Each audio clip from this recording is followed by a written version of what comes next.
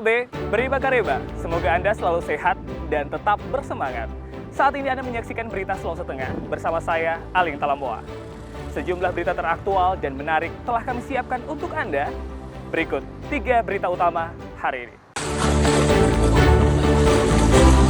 Seekor buaya berukuran besar ditemukan mati di tepi pantai Teluk Palu. Operasi Zebra Tinombala tahun 2025 resmi digelar dengan melibatkan 728 personel Polda Sulawesi Tengah. Pasangan Sapi Nagaya menjadi juara dalam karapan sapi yang berlangsung di Kabupaten Sigi.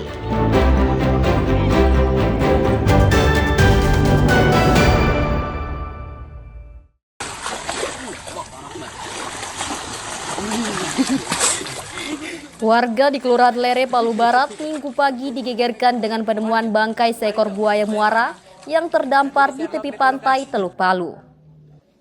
Buaya sepanjang hampir 5 meter itu ditemukan dalam kondisi terlentang di antara bebatuan pemecah ombak. Sejumlah warga langsung berkerumun, bahkan tak sedikit yang mengabadikan menggunakan ponsel. Luka dalam terlihat di bagian wajah buaya yang memicu dugaan bahwa satwa dilindungi ini mati tidak wajar. Setelah video penemuan ini viral di media sosial, tim BKSDA Sulawesi Tengah segera bersiap melakukan evakuasi. Namun pergeseran kewenangan penanganan satwa air menurut UU 32 tahun 2024 membuat BKSDA melibatkan Balai Pengelolaan Sumber Daya Pesisir dan Laut dalam tindakan di lapangan. Bangkai buaya akhirnya diangkut dari Batu Gajah dan dikuburkan sekitar 100 meter dari bibir pantai, tepat di bawah bekas jembatan Palu 4. Dokter hewan yang berada di Balai KSDA Sulawesi Tengah sedang melakukan analisis, tapi berdasarkan dokumentasi foto, karena pada saat kejadian proses penguburan lebih duluan daripada dokter hewan tiba. Kami mengharapkan ketika masyarakat beraktivitas di Teluk Palu, apakah itu memancing atau berenang, untuk berhati-hati karena seputaran Teluk Palu masih kita jumpai kemunculan buaya. Buaya muara jantan ini memiliki panjang 4,6 meter dan lebar sekitar 90 cm. Bangkainya masih segar, menandakan buaya diperkirakan mati tidak lama sebelum ditemukan. Sesuai PP 106 tahun 2018, buaya muara termasuk satwa yang dilindungi.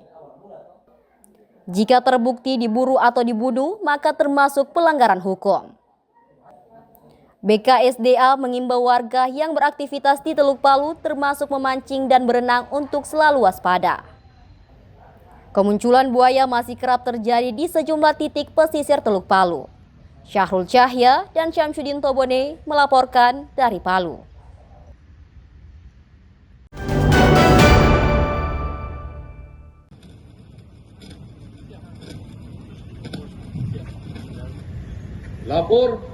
Operasi Zebra Tinombala 2025 resmi digelar di seluruh wilayah Sulawesi Tengah.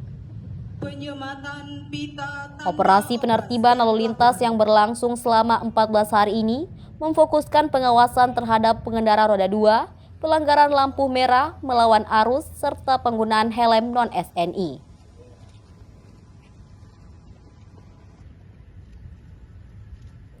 Langkah ini diambil setelah data operasi Zebra tahun lalu menunjukkan penurunan kecelakaan sebesar 6%. Namun korban meninggal justru meningkat hingga 25%. Dirlantas Polda Sulteng menyebut korban kecelakaan secara nasional didominasi pengendara motor hingga mencapai 80%.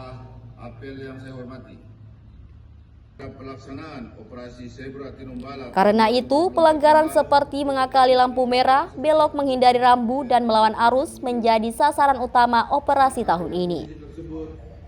Memang secara jumlah kecelakaan menurun. Namun jumlah korban fatalitas atau meninggal dunia meningkat. Oleh sebab itu, tadi yang disampaikan beliau, secara nasional salah satu prioritas sasaran adalah roda 2. Mengapa? Setiap operasi, bahkan setiap hari, minggu, bulan, tahun, itu selalu korban meninggal dunia dari pengendara roda 2 sangat tinggi. Sebanyak 728 personel diterjunkan, memadukan metode preemptif, preventif, dan represif. Untuk penindakan, Korlantas mewajibkan 95% menggunakan etle, baik statis maupun mobile. Tilang manual hanya diperbolehkan untuk situasi mendesak atau wilayah yang belum memiliki etle. Jadi sebelum operasi lilin, kita melaksanakan operasi ini dulu. Mulai mengajak masyarakat supaya tertib berkaitan dengan lalu lintas. Berkaitan dengan jangan berkendara mabok, ya. Kemudian jangan pakai handphone. Operasi Zebra Tinombala 2025 diharapkan mampu menekan angka pelanggaran, menjaga keselamatan pengendara, serta menciptakan kelancaran lalu lintas menjelang libur Natal dan Tahun Baru. Syahrul Cahya dan Syamsuddin Tobone melaporkan dari Palu.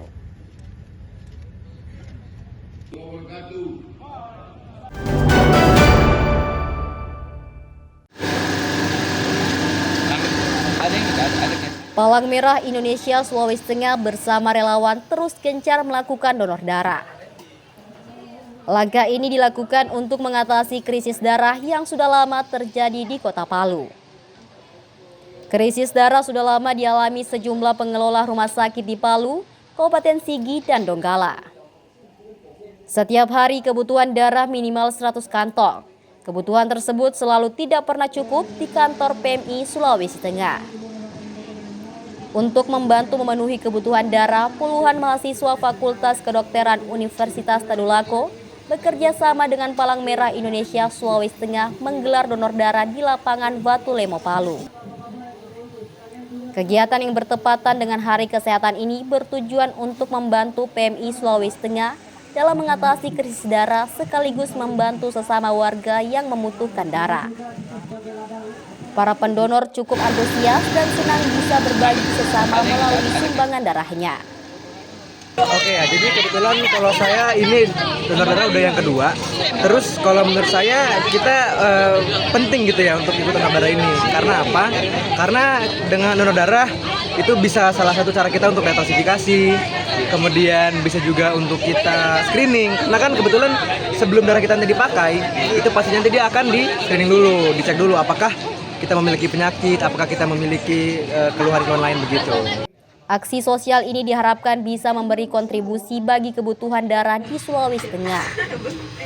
PMI Sulawesi Tengah juga terus rutin mengajak warga untuk donor darah dengan menyiapkan loket di sejumlah lokasi strategis di Kota Palu. Karena di sini kita berfokus kepada masyarakat untuk pentingnya seperti mengingatkan bahwa donor darah ini penting. Karena kenapa dia bisa dibilang penting? Karena bisa untuk transfusi darah, kemudian juga operasi digunakan. Jadi itu akan sangat berguna. Darah yang terkumpul diharapkan bisa membantu memenuhi kebutuhan darah terutama keluarga pasien yang sering kesulitan mendapatkan darah.